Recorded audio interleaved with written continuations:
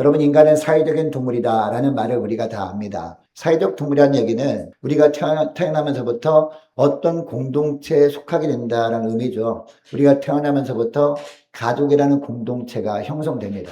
자, 그리고 자라면서 친구를 사귀입니다. 친구를 사귀게 되면 친구 간의 관계라는 공동체 안에 들어가게 되는 것이죠. 그 다음에 학교를 졸업하면 직장, 수많은 공동체에 속한 가운데 우리가 살아가게 된다는 겁니다. 그래서 사람은 평생 동안 1만 명 정도 되는 사람들에게 직접 간접적으로 영향을 끼치며 살아간다라고 합니다. 자, 좋은 영향을 끼치든지 아니면 나쁜 영향을 끼치든지 우리는 반드시 누군가에게 어떤 말과 행동으로 영향을 끼치며 살게 되어진다는 겁니다. 저와 여러분이 이번 한 주간 동안 가정과 일터와 삶의 자리에서 누군가를 만날 겁니다. 그리고 누군가에게 말을 건넬 겁니다. 그분과 함께 대화를 나누며 어떤 일을 행하며 살아가게 될 겁니다.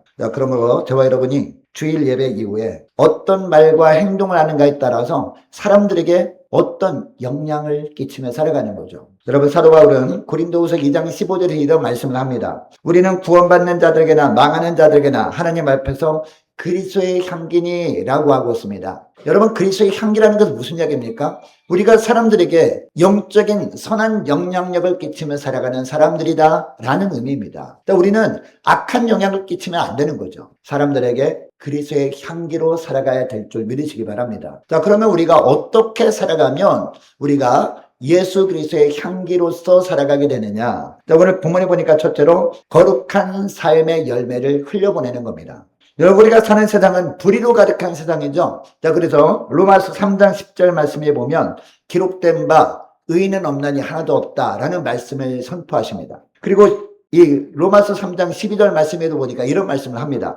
왜 의인은 하나도 없다고 하느냐? 다 치우쳐 함께 무익하게 되고 선을 행하는 자가 없나니 하나도 없도다 라고 말씀을 하고 있습니다. 여러분, 이렇게 살아가는 수많은 사람들이 있는 세상에서 우리가 어떻게 사는 것이 거룩한 삶의 열매를 맺고 그 열매를 흘려보내는 삶을 사는 것이냐? 자, 거룩한 하나님의 자녀답게 정의롭게 살아가는. 자, 오늘 보면 1절 말씀이 오늘 그 말씀인데, 자, 1절 말씀, 자, 우리 함께 읽겠습니다. 시작. 속이는 저울은 여호와께서 미워하시나 공평한 주는 그가 기뻐하시느니라. 아멘. 여러분, 잠언은 누가 지은 것도 대부분 솔로몬이 지은 거지 않습니까? 솔로몬이 이제 왕으로 통치하면서 일상의 삶 가운데 깨달은 부분이 있지 않았겠습니까? 우리가 어떤 깨달은 부분이 있으면 메모해 놓잖아요. 일기를 쓰기도 하고 하잖아요. 이처럼 이 왕으로 통치하면서 어떤 사건을 대하면서 그리고 어떤 일을 보면서 깨달은 바마다 적어놓은 것을 모아놓은 게 바로 잠언이거든요. 자, 그래도 솔로몬 왕으로 통치하던 시대 때도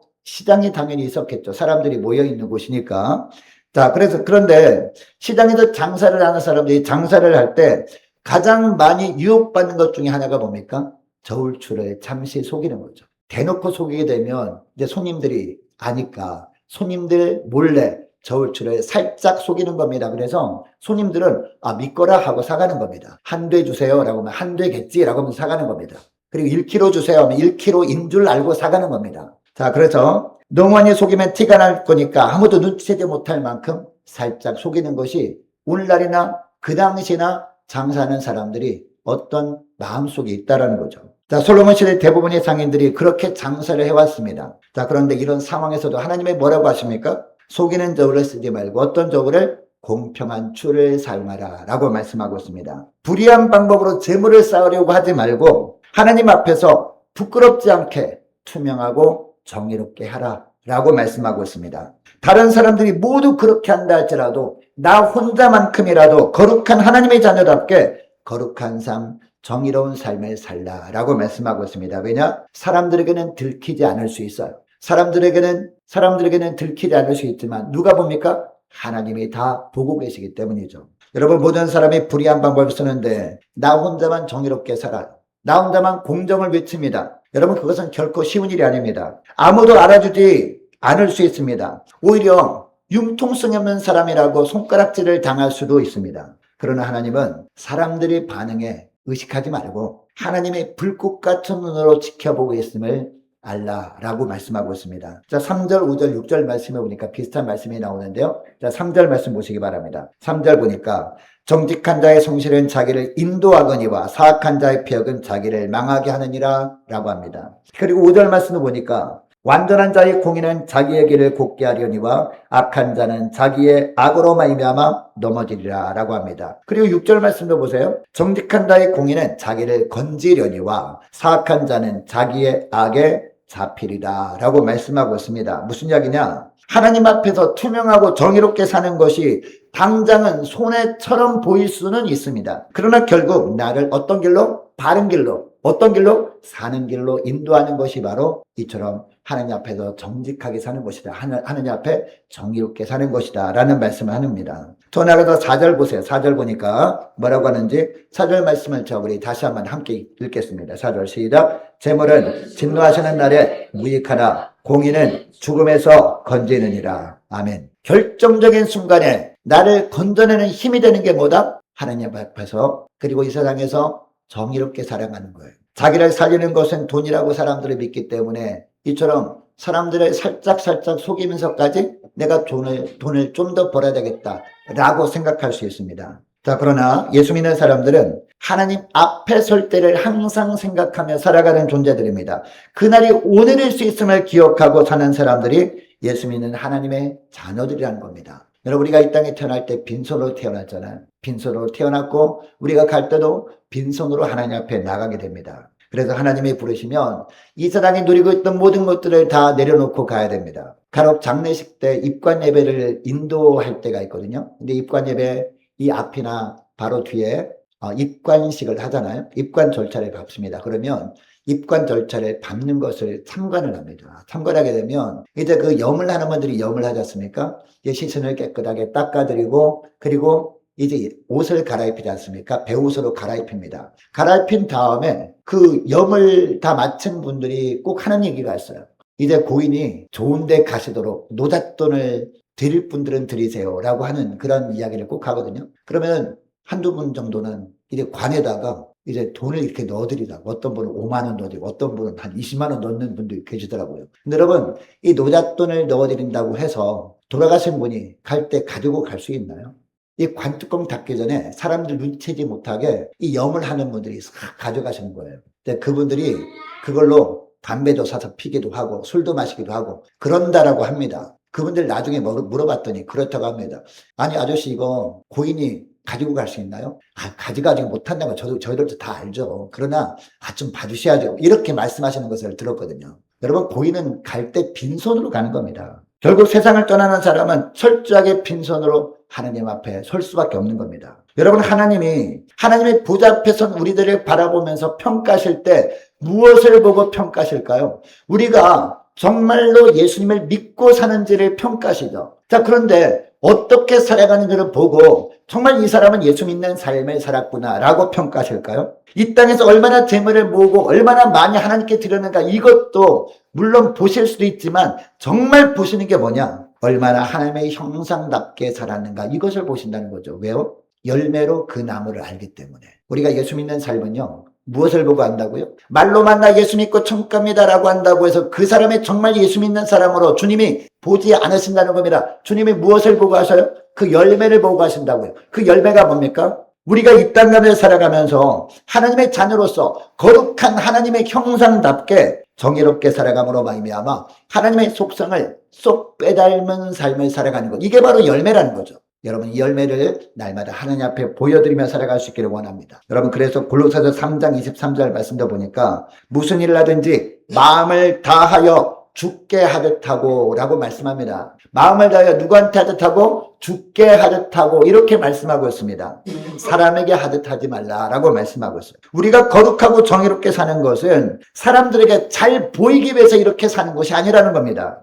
바로 주님의 형상을 닮은 모습으로 사는 모습을 주님이 보고 계시고 그리고 장차 우리가 주님의 보좌 앞에 섰을 때 주님이 평가하시는 것이기 때문에 우리가 이렇게 살아가는 것. 이렇게 살아갈 때 우리는 그리스도의 편지로서 살아가게 되는 겁니다. 그리스도의 향기로서 선한 영향력을 끼치며 살아가게 되는 줄 믿으시기 바랍니다. 여러분 둘째로 거룩한 성품을 흘려보내는 것. 이게 바로 그리스도의 향기로 살아가는 겁니다. 여러분 겸손히 낮은 대로 임하신 주님 아닙니까? 여러분 주님이 겸손의 왕이었잖아요. 그래서 하늘 보좌를 버리고 이 땅에 오신 거 다 됩니까? 그리고 이 땅에 오셔서 태어날 때도 모든 것들을 다 외면하고 이 마구간의 구유에 누이셨잖아요. 그리고 공생의 기간에도 주님이 가신 곳이 어디입니까? 낮은 곳으로 가셔서 섬기셨죠. 그리고 마지막 최종적으로 가장 낮은 자리 십자가에 죽으신 것 아니겠습니까? 이처럼 우리 주님께서 겸손의 왕으로 오셨다면 우리도 어떤 삶을 살아야 돼요? 겸손한 성품으로 살아가면서 그 겸손의 모습을 세상 가운데 흘려보내야 된다는 겁니다. 자, 2절 말씀 보시기 바랍니다. 자, 2절 말씀 함께 읽습니다. 시작. 교만이 오면 욕도 오거니와 겸손한 자에게는 지혜가 있느니라. 아멘. 여러분, 교만이 뭘까요? 교만이 뭡니까? 내 판단이 언제나 옳다고 믿는 마음. 이것이 바로 교만 아니겠습니까? 내 생각과 경험만으로 인생의 모든 길을 다 알 수 있다고 여기는 마음. 이것이 바로 교만이라는 겁니다. 여러분, 하나님은 그런 교만 뒤에는 뭐가 온다라고 하고 있습니까? 2절 말씀 보니까 욕도 따라온다라고 하고 있습니다. 반대로 겸손한 사람에게는 지혜가 있다라고 말씀하고 있습니다. 여러분, 이 구절에서 말하는 지혜는 어떤 지혜를 말하죠? 인간의 꾀를 말하는 것이 아닙니다. 바로 하늘의 지혜를 말하는 겁니다. 하나님의 베푸시는 말씀의 지혜를 말하는 겁니다. 여러분, 겸손이 무엇입니까? 나의 판단이 전부가 아님을 인정하고 하나님의 말씀하실 때 그 하나님의 말씀에만 귀를 기울이는 태도가 바로 겸손입니다. 여러분, 겸손은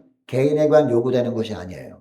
자, 오늘 14절 말씀이 바로 그 말씀인데요. 자, 14절 말씀도 함께 읽습니다. 시작. 지략이 없으면 백성이 망하여도 지략이 많으면 평안을 누리느니라. 아멘. 여기 보니까 백성이 망하여도 라고 할 때 이 백성이라는 단어는 단순을 말하는 것이 아닙니다. 한 사람을 말하는 것이 아니라 공동체를 말하는 거예요. 자, 그러니까 지략이 없으면, 여러분 여기 지략이 뭡니까? 바로 지혜거든요. 하나님의 지혜를 구하는 겸손한 삶을 공동체가 다 함께 살 때 공동체가 살아나게 된다. 이 말씀을 하는 겁니다. 반면에 거꾸로 교만하게 되면요, 서로 내 생각이 옳다, 내 말이 옳다라고 하면서 서로 막 주장하게 되면 여러분, 공동체가 살아나게 됩니까? 망하게 됩니까? 망하게 되는 거죠. 근데 사람들의 생각은 다 다를 수 있잖아요. 그러니까 유일하게 똑같은 거, 그게 뭡니까? 바로 하늘의 지혜는 똑같잖아요. 하늘의 지혜로 한 마음이 될 때 공동체가 살아나게 된다. 이 말씀을 하는 겁니다. 여러분, 사실 이 말씀이 그 어느 때보다도 저와 여러분에게 절실하게 다가오는 한 주간을 우리가 지내게 될 겁니다.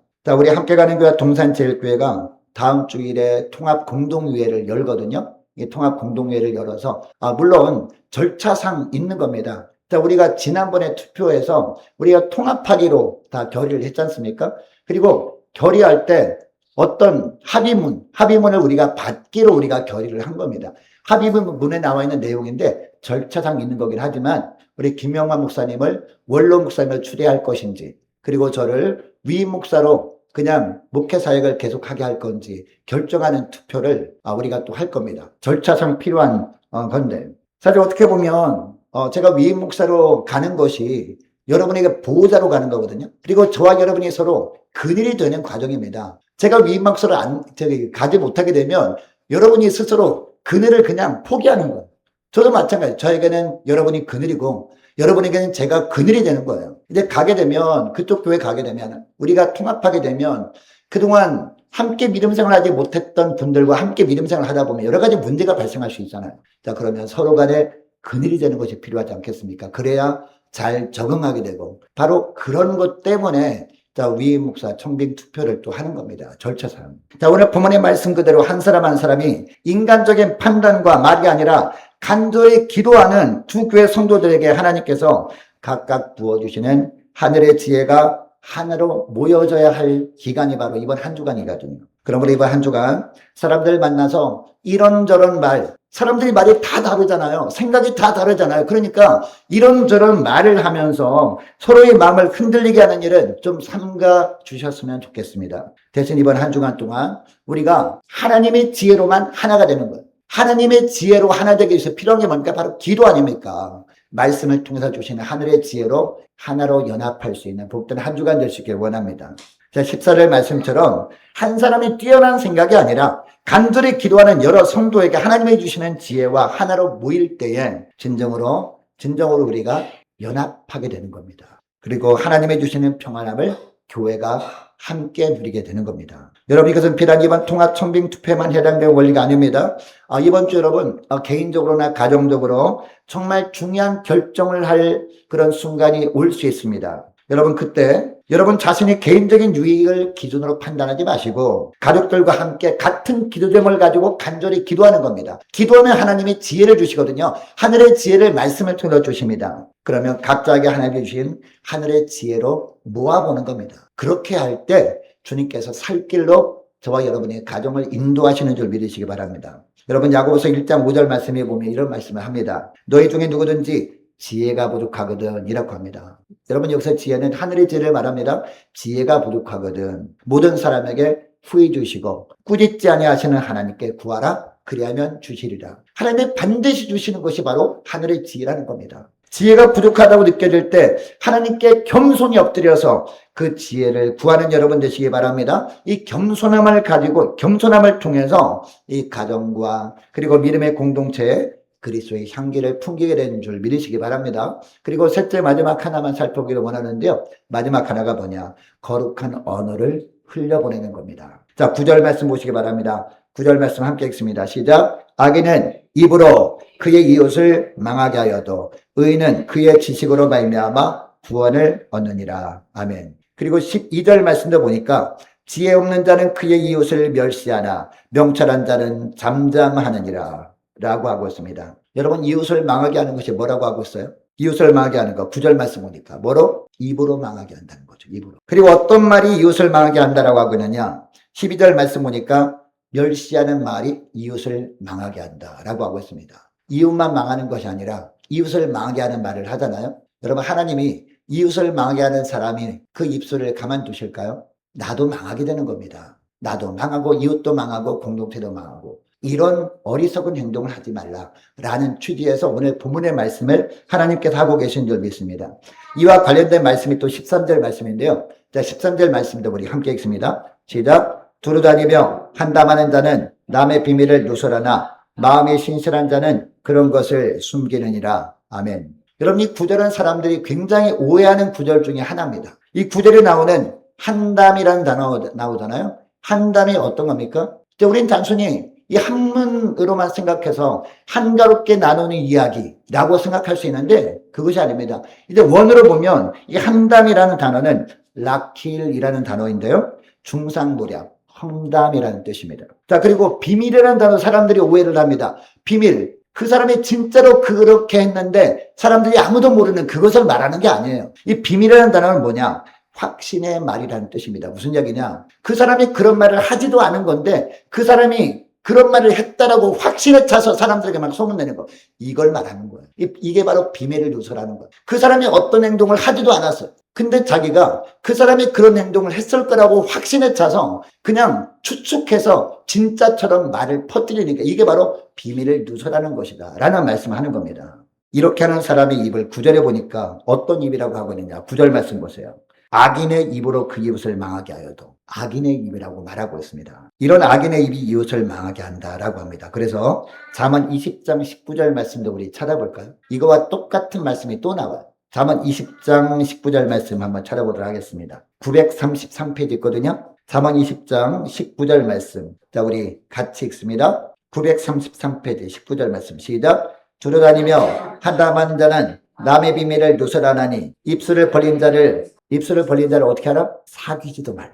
나 이 말씀 보고 깜짝 놀랐습니다. 사귀지 말라는 말이 무슨 말이에요? 같이 어울리지 말아라. 왜? 나도 죽으니까. 그 사람이 남을 죽이는 그 말을 한 거 내가 듣잖아요. 내가 들을 때 나도 죽으니까 사귀지도 말라. 가까이 하지도 말라. 멀리하라. 이 말씀을 하고 있다는 겁니다. 왜냐하면 사람만 죽이는 것이 아니라 나만 망하는 것이 아니라 공동체도 무너지게 하는 것이기 때문에 이런 사람은 사귀지도 말라. 이렇게 정확하게 말씀하고 있다는 겁니다. 여러분 11절 말씀도 보시기 바랍니다. 11절 말씀 보니까 성읍은 정직한 자의 축복으로 인하여 진흥하고 악한 자 입으로 말미암아 무너지느니라 라고 말씀하고 있고요. 그리고 10절 말씀을 보니까 의인의 형통하면 성읍이 즐거워하고 라고 하고 있습니다. 여러분 의인의 말과 삶은 어떻다라고 하고 있습니까?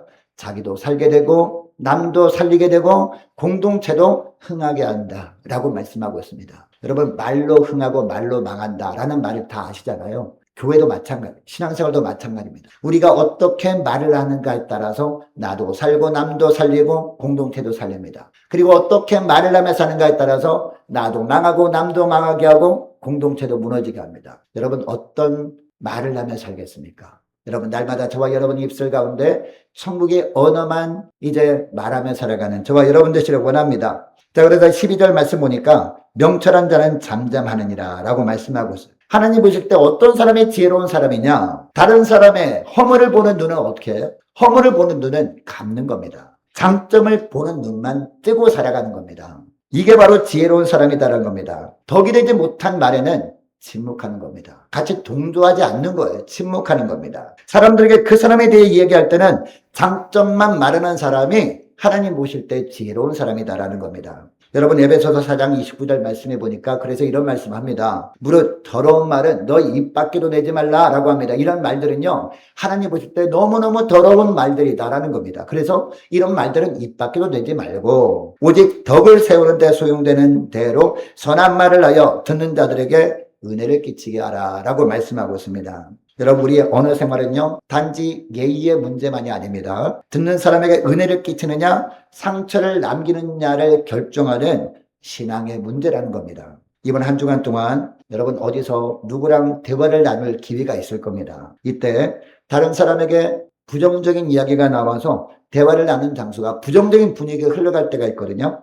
여러분 그때 우리가 어떻게 될까요? 우리가 지혜로운 사람이라면 어떻게 되느냐? 우리가 그리스도의 향기라면 어떻게 되느냐? 침묵할 수 있다면 침묵하는 겁니다. 그리고 할 수 있다면 그 사람의 장점을 이야기함으로 말미암아 그 장소가 그리스도의 향기를 바라는 장소가 되게 해야 할 줄 믿습니다. 여러분 오늘 우리는 잠언 11장 말씀을 통해서 우리가 어떻게 하면 그리스도의 향기를 바라며 살 수 있는지 세 가지로 살펴봤습니다. 자, 첫째는 뭐였었습니까? 하나님 앞에서 거룩한 삶을 흘려보내는 거였죠. 이게 어떤 겁니까? 불의로 가득한 세상에서 정의롭게 사는 거였습니다. 그리고 둘째는 뭐였습니까? 거룩한 성품을 흘려보내는 것이었습니다. 자, 이거는 뭐냐? 겸손히 하늘의 지혜만을 구하며 사는 거였습니다. 그리고 거룩한 언어를 흘려보내는 것. 이게 바로 그리스도의 향기로서 선한 영향력을 바라며 사는 것이라고 말씀을 드렸습니다. 즉 거룩한 말로 이웃을 세우며 살아가는 겁니다. 여러분 이 세 가지는 서로 다른 이야기가 아닙니다. 사람들의 눈이 아니라 누구 앞에서? 하나님 앞에서 살아가는 것을 말합니다. 코란 대화가 바로 하나님 앞에서 아닙니까? 내가 무슨 말을 하든지 거기에 누가 듣고 계셔요? 하나님이 듣고 계십니다. 우리가 무슨 대화를 하든지 하나님이 거기서 듣고 계신단 말이에요. 우리 예수님이 듣고 계신단 말이에요. 그것을 우리가 기억할 때 우리가 함부로 말할 수 있겠습니까? 우리만 다 듣고 있어. 아무도 몰라. 아무도 모르긴 뭘 몰라요. 예수님이 듣고 계신데. 여러분 예수님은 부활을 지금도 살아계십니다. 우리와 함께 하십니다. 근데 우리가 다른 사람 험담할 때는 함께 안 하고 계시고 사람들이 칭찬할 때만 함께 하시는 주님이세요? 아니잖아. 우리가 다른 사람에게 험담하고 다른 사람을 끌어내리는 말을 하고 공동체를 허무는 말을 할 때도 거기에서 주님께서 울면서 우리를 지켜보시고 다 듣고 계시는 주님이십니다. 여러분 오늘부터 저와 여러분이 만나는 사람들, 여러분의 가족과 지체와 이웃이 우리에게 영향을 받는 사람들 중에 한 사람일 수 있다는 것을 꼭 기억할 수 있기를 원합니다. 그래서 고린도후서 2장 15절 말씀처럼 우리는 이미 하나님 앞에서 그리스도의 향기다라는 것을 기억하시고요. 저와 여러분이 거룩한 삶, 저와 여러분이 겸손한 삶, 그리고 저와 여러분이 말 한마디가 그들에게 날마다 그리스도의 향기로만 이제 남게 되는 저와 여러분이 복된 삶이 될 수 있기를 축복합니다. 자, 기도하겠습니다. 하나님 아버지 감사합니다. 저희들을 죄와 사망에서 건지시고 그리스도의 향기로 살게 하신 주님의 은혜를 감사드립니다. 저희들이 여전히 부족하고 연약하여서 정직해야 할 자리에서 눈속임을 하고 겸손해야 될 자리에서 스스로 옳다 여기며 세워야 할 말 대신 무너뜨리는 말을 할 때가 많았음을 주 앞에 고백합니다. 주님 용서하여 주옵소서. 주님 이번 한 주간 저희를 다시 한번 새롭게 하여 주옵소서. 아무도 보지 않는 작은 자리에서도 하나님의 눈을 의식하며 정의롭고 투명하게 살아가게 하시고 사람이 아니라 오직 주님만을 바라볼 수 있는 저희들 되게 하여 주옵소서. 특별히 하나님 우리 함께 가는 교회와 동산지역교회가 하나 되어 가는 귀한 여정 가운데 오는 주일에 있을 통합 공동의회를 주님께 온전히 맡겨드립니다. 이번 한 주간 동안 저희가 사람의 말과 인간적인 생각을 의지하지 않게 하시고 오직 주님 앞에 나아가 무릎 꿇고 간절히 기도함으로 준비할 수 있는 한 주간 되게 하여 주옵소서. 주교회 성도 한 사람 한 사람에게 하늘의 지혜만을 풍성히 부어주시옵시고 그 하늘의 지혜가 하나로 모여 하나님의 기뻐하시는 뜻이 온전히 이루어지는 것을 보게 하여 주옵소서. 주 공동체가 한 마음 한 몸을 이루어서 하나님께 영광 돌리는 통합된 교회가 되게 하여 주옵소서. 또한 이번 한 주간 저희들이 언어 생활을 주님께도 온전히 지켜주옵소서. 저들이 입술을 붙들어 주옵소서. 다른 이들이 허물과 짐작하는 일들을 옮기는 악한 입이 아니라 덕을 세우고 은혜를 끼치는 입술이 되게 하시고 침묵해야 할 때 침묵할 수 있는 지혜를 허락하여 주옵소서. 저희가 만나는 모든 사람들 앞에서 그리스도의 향기를 바라며 살아가므로 하나님께 영광 돌리는 저희들 다 되게 하여 주옵소서. 감사드리오며 우리 주 예수 그리스도의 이름으로 기도드리옵나이다. 아멘.